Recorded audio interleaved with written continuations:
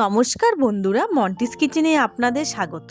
আজকে আপনাদের সঙ্গে শেয়ার করছি কাসুন্দি দিয়ে রুই পটলের পাতলা ঝোল। চলুন তাহলে দেখা যাক কি কি নিয়েছি। এখানে রুই মাছ, পটল।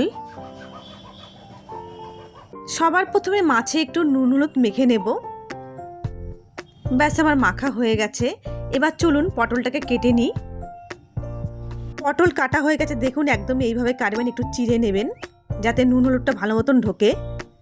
এবার আমি পরিমাণ মতন কাসুন্দি নিয়ে নিয়েছি, দিয়ে দেবো পরিমাণ মতো একটু জল, গুলে একটু রেখে দেবো। এবার কড়াইতে দিয়ে দিচ্ছি সর্ষের তেল। এই মাছটা সর্ষের তেলেই রান্না করবেন।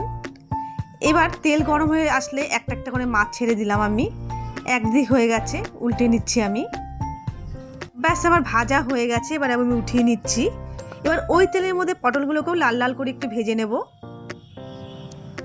দিয়ে দিলাম পরিমাণ মতো নুন আর হলুদ। আমার ভাজা হয়ে গেছে, এবার উঠিয়ে নিচ্ছি। এই তেলটা আর ব্যবহার করব না। এবার দিয়ে দিলাম সর্ষের তেল, 4টে শুকনো লঙ্কা ফোড়ন, সামান্য একটু কালো জিরে, আর ভেজে রাখা পটলটাও দিয়ে দেব। এবার একটু নাড়াচাড়া করে নেব। এবার দিয়ে দেব কাসুন্দি, মতো নুন, হলুদ গুঁড়ো।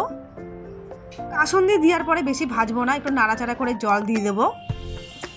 আর একটু ঢেকে সেদ্ধ করে নেব যাতে পটলটা সেদ্ধ হয়ে যায়। ব্যাস হয়ে গেছে। এবার একটা একটা করে মাছ ছেড়ে দেব। এবার মাছটা দেওয়ার পরেও 2 থেকে 3 মিনিট ভালো করে আবার ফুটিয়ে নেব। এবার দিয়ে দেব স্বাদ মতন চিনি। যারা মাছের ঝোলে আপনারা চিনি পছন্দ করেন না তারা দেবেন না, সামান্য একটু ব্যবহার করলাম আমি।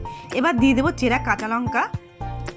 উপর দিয়ে দেবো কাঁচা সর্ষের তেল। কাঁচা সর্ষের তেলটা অবশ্যই দেবেন, নাহলে খেতে কিন্তু ভালো লাগবে না। ব্যাস আমার রেডি হয়ে গেল কাসুন্দি দিয়ে রুই পটলের পাতলা ঝোল। বিশ্বাস করুন খেতে এত সুন্দর হয়েছে। খুবই তাড়াতাড়ি রেসিপিটি আপনারা বাড়িতে বানিয়ে ফেলতে পারবেন। একবার অবশ্যই ট্রাই করে দেখবেন।